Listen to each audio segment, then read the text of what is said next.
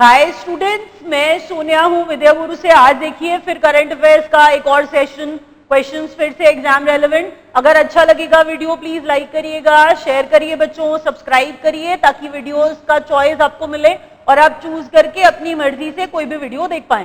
Start करते हैं। पहला पॉइंट, काफी अच्छे क्वेश्चन हैं, ध्यान दीजिएगा एक एक पॉइंट की तरफ। पहला क्वेश्चन कहता है, क्वेश्चन इसीलिए बोल रही हूं ना बिकॉज एग्जाम रेलेवेंट ही है ये। कहता है RBI turns down banks plea for the deadline extension for migrating to EMV chip and PIN cards. जानना क्या है यहाँ पर, क्वेश्चन किससे बन सकता है? क्वेश्चन यहाँ पर बनेगा ईएमवी से। ईएमवी क्या है? यूरो पे मास्टरकार्ड वीजा, यूरो पे मास्टरकार्ड वीजा। अब देखिए ट्रांजैक्शन करने के लिए ग्लोबली ईएमवी चिप होती है। हम कह रहे हैं to make your transactions more secure, आपकी ट्रांजैक्शंस को ज्यादा सिक्योर बनाने के लिए आरबीआई कहते हैं ईएमवी चिप का इस्तेमाल किया जाए डेबिट और क्रेडिट कार्ड के अंदर। बच्चों लास्ट ईयर बैंक्स ने इसको एक्सटेंड करवाया 1 साल के लिए 30 सितंबर तक। अब फर्दर अपील कर रहे हैं कि कार्ड्स इसमें रिप्लेस, माइग्रेट करने के लिए कार्ड्स को एक और बार, एक और एक्सटेंशन दे दीजिए। आरबीआई ने इस प्ली को रिजेक्ट कर दिया है। ईएमवी चिप पर कार्ड्स को, डेबिट और क्रेडिट कार्ड्स को माइग्रेट करना ही पड़ेगा, फर्दर एक्सटेंशन नहीं मिलेगा। तो आरबीआई ने ईएमवी चिप, यहां पर सबसे इंपॉर्टेंट बात ईएमवी था, यूरो पे मास्टरकार्ड वीजा चिप है। मैंने कहा ग्लोबल ट्रांजैक्शंस हो रही हैं, आपकी ट्रांजैक्शंस को सिक्योर बनाने के लिए ईएमवी चिप का इस्तेमाल डेबिट और क्रेडिट कार्ड में किया जाएगा। आगे बढ़ते हैं। Next point, India declares itself free from a viral disease. आपको पता है एक क्वेश्चन है, जैसे अगर कोई पूछ रहा है किसी डिजीज के बारे में तो हमें जैसे पता है कि वो फंगल डिजीज है, वो वायरल डिजीज है या वो बैक्टीरियल डिजीज है। तो मैंने कहा एक वायरल डिजीज है जिससे इंडिया ने अपने आप को फ्री डिक्लेयर कर दिया है, तो उसका नाम है बर्ड फ्लू। नाम क्या है बच्चों? Bird flu. नाम आपको याद रखना पड़ेगा बर्ड फ्लू का। अब बर्ड फ्लू को हम किस और नाम से जानते हैं? कई बार ऐसा तो होगा ना बर्ड फ्लू ऑप्शन में होगा ही नहीं, तो बर्ड फ्लू को हम कहेंगे H5N1। H5N1। दूसरा हम इसको ये भी कह सकते हैं एवियन इन्फ्लुएंजा। एवियन इन्फ्लुएंजा, तो एवियन इन्फ्लुएंजा के नाम से बर्ड फ्लू से फ्री किया है इंडिया ने अपने आप को डिक्लेयर।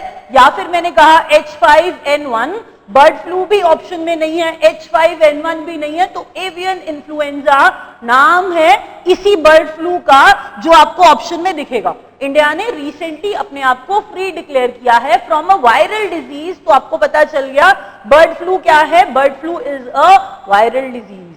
आगे बढ़ते हैं। Next question, SBI chief likely to get extension. बच्चों एसबीआई की चीफ इस समय है अरुंधति भट्टाचार्य। नाम क्या है? अरुंधति भट्टाचार्य।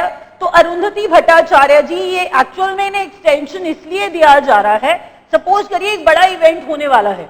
बड़ा इवेंट हम लास्ट वीडियो में देख चुके हैं, एसबीआई का मर्जर होने वाला है। हमने बात करी थी महिला बैंक और एसबीआई के एसोसिएट बैंक से। बहुत बड़ी बात होने वाली है, SBI is going to be huge then. तो अरुंधति भट्टाचार्य जी उस सिचुएशन को अच्छे से जानती हैं, तो सीधी सी बात है उस लीडर को हम रखना चाह रहे हैं जब तक मर्जर ना हो जाए। इसलिए एसबीआई की जो चीफ है अरुंधति भट्टाचार्य, उस मर्जर के होने में एक्सटेंशन, उसी की वजह से उन्हें एक्सटेंशन दिया जाता है ताकि वो रहें टिल दैट मर्जर हैपेंस। तो उन्हें अरुंधति भट्टाचार्य जी को जो एसबीआई की चीफ हैं, उन्हें 1 साल का एक्सटेंशन दिया गया है। नाम क्या बोला है मैंने? अरुंधति भट्टाचार्य। आगे बढ़िए। इंटरनेशनल डे ऑफ डेमोक्रेसी जो कि था 15 सितंबर को, इंटरनेशनल डे ऑफ डेमोक्रेसी जो कि था 15 सितंबर को। दोनों ही ये क्वेश्चन भी तो इंपॉर्टेंट है ना। 15 सितंबर को इंटरनेशनली कौन सा डे ऑब्जर्व किया जाता है? तो 15 सितंबर को international day of democracy observe किया जाता है। इसके अलावा जो थीम क्या थी, इसके अलावा थीम क्या थी? एक्चुअल में थीम ये थी democracy and the 2030 agenda for sustainable development. मैंने क्या बोला? थीम क्या थी बच्चों? मैंने थीम का नाम बताया है। थीम का नाम थोड़ी बड़ी है, यहां लिख नहीं पाऊंगी। थीम मैंने आपको बताई democracy and the 2030 agenda for sustainable development. देखिए ऐसी चीजें सिर्फ लिखने से ही याद होती हैं, प्लीज लिखने की कोशिश करिए अगर आपके लिए पॉसिबल है तो। तो democracy, international day of democracy 15 सितंबर को, और मैंने क्या बताया, democracy and the 2030 agenda for sustainable development. आगे बढ़ते हैं। जायंट सी वॉल बना रहा है कोई नेशन जो अपनी सिंकिंग कैपिटल को बचाना चाह रहा है। हम बात करें इंडोनेशिया की। इंडोनेशिया की कैपिटल है जकार्ता। इंडोनेशिया की कैपिटल क्या है बच्चों? जकार्ता। अब बात मैं क्या कर रही हूं, क्यों इसकी बात आई और कहां से आई? बात यहां से आई कि इंडोनेशिया की कैपिटल जकार्ता।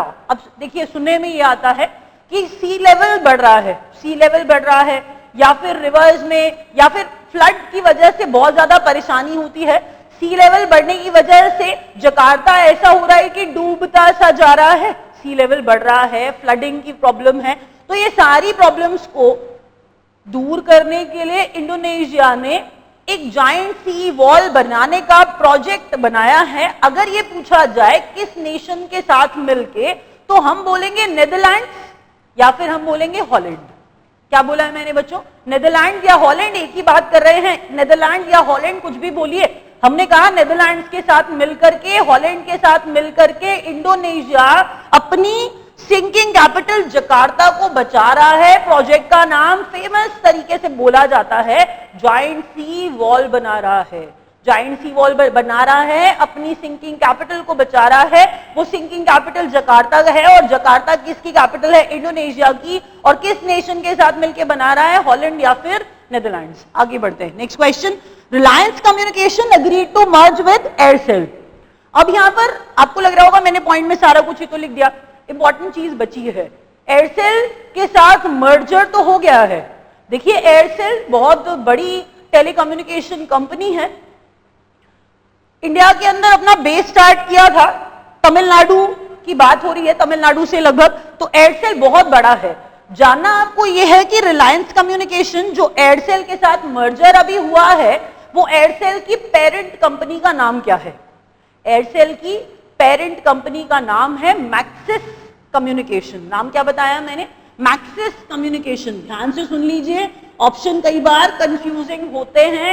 मैक्सिम भी लिख देंगे, मैट्रिक्स भी लिख देंगे, और आपको सारे सेम सेम लगने लग जाएंगे। मैंने नाम क्या बताया है? Maxis, Maxis communication. याद रखिएगा किसकी पेरेंट कंपनी है? एयरसेल की।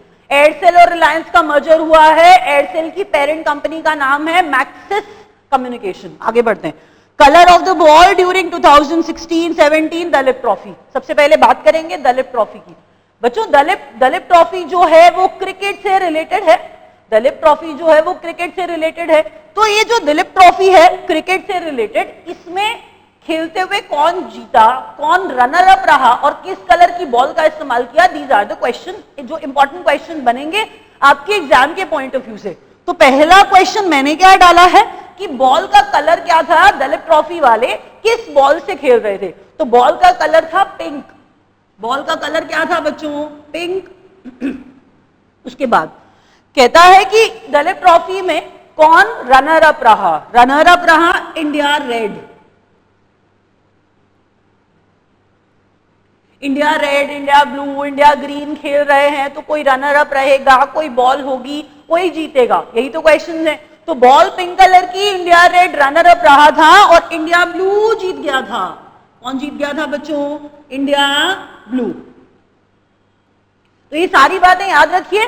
पिंक कलर की ball, India red runner up, और जीता कौन? India blue. देख लीजिए विनर कौन है? India blue. रनर अप कौन है? India red. कलर क्या था बॉल का? पिंक। नेक्स्ट, अब देखिए मेरे को थोड़ा समझाने में टाइम लगेगा। नाम समिट की बात हो रही है बच्चों। नाम का मतलब हम बोल रहे हैं नॉन अलाइंड मूवमेंट। हम क्या बोल रहे हैं? Non aligned movement. कुछ बच्चे इसके बारे में बहुत ज्यादा जानते नहीं। एक बात करते हैं, समझिए जरा। ऐसा है कि ये टाइम चल रहा है 1960-61 के आसपास का, कोल्ड वॉर चल रहा है। 1960-61 के आसपास का टाइम चल रहा है, कोल्ड वॉर चल रहा है। कोल्ड वॉर चल रहा है तो दो ग्रुप्स में बट गया है पूरा का पूरा वर्ल्ड। दो ग्रुप्स में बट गया है पूरा का पूरा वर्ल्ड। एक जो है जिसमें ईस्ट यूरोप है, जो सोवियत यूनियन के साथ मिल गया। एक जो ईस्ट यूरोप है सोवियत यूनियन के साथ मिल गया।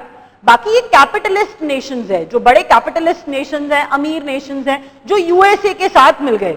तो यूएसए के साथ मिल गए कैपिटलिस्ट नेशन, एक ये ग्रुप है और एक ग्रुप है बच्चों ईस्ट यूरोप जो कि सोवियत यूनियन के साथ मिल गया। अब ये समझ लीजिए कि सारे नेशंस जाएंगे तो या तो इस ग्रुप में या तो इस ग्रुप में, लेकिन कुछ तो ऐसे नेशंस होंगे जो किसी भी ग्रुप के साथ नहीं जाना चाह रहे होंगे। तो जो किसी भी ग्रुप के साथ नहीं जाना चाह रहे तो सीधी सी बात है वो बन गए नॉन अलाइंड। तो नॉन अलाइंड वाला जो कॉन्सेप्ट है ये देने का श्रेय जाता है, इसका क्रेडिट जाता है नेहरू जी को, जवाहरलाल नेहरू जी को।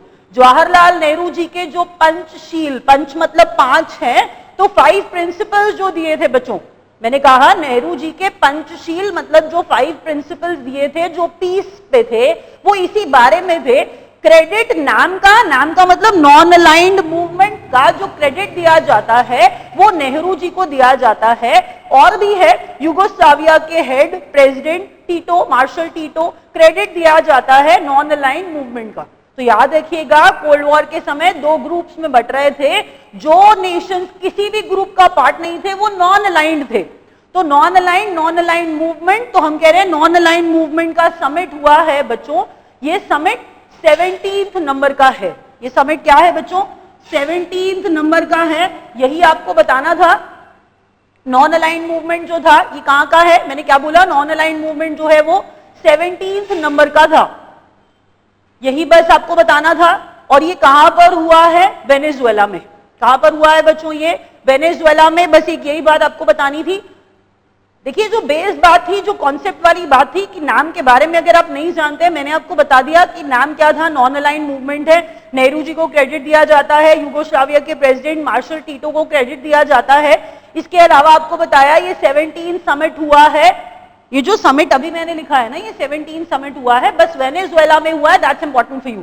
कौन से नंबर का था और कहां पर हुआ है? कोई भी समिट कौन से नंबर का था और कहां पर हुआ है? 17 नंबर का था, वेनेजुएला में हुआ है। अभी रैप अप कर रहे हैं, नेक्स्ट वीडियो में देखेंगे और चीजें।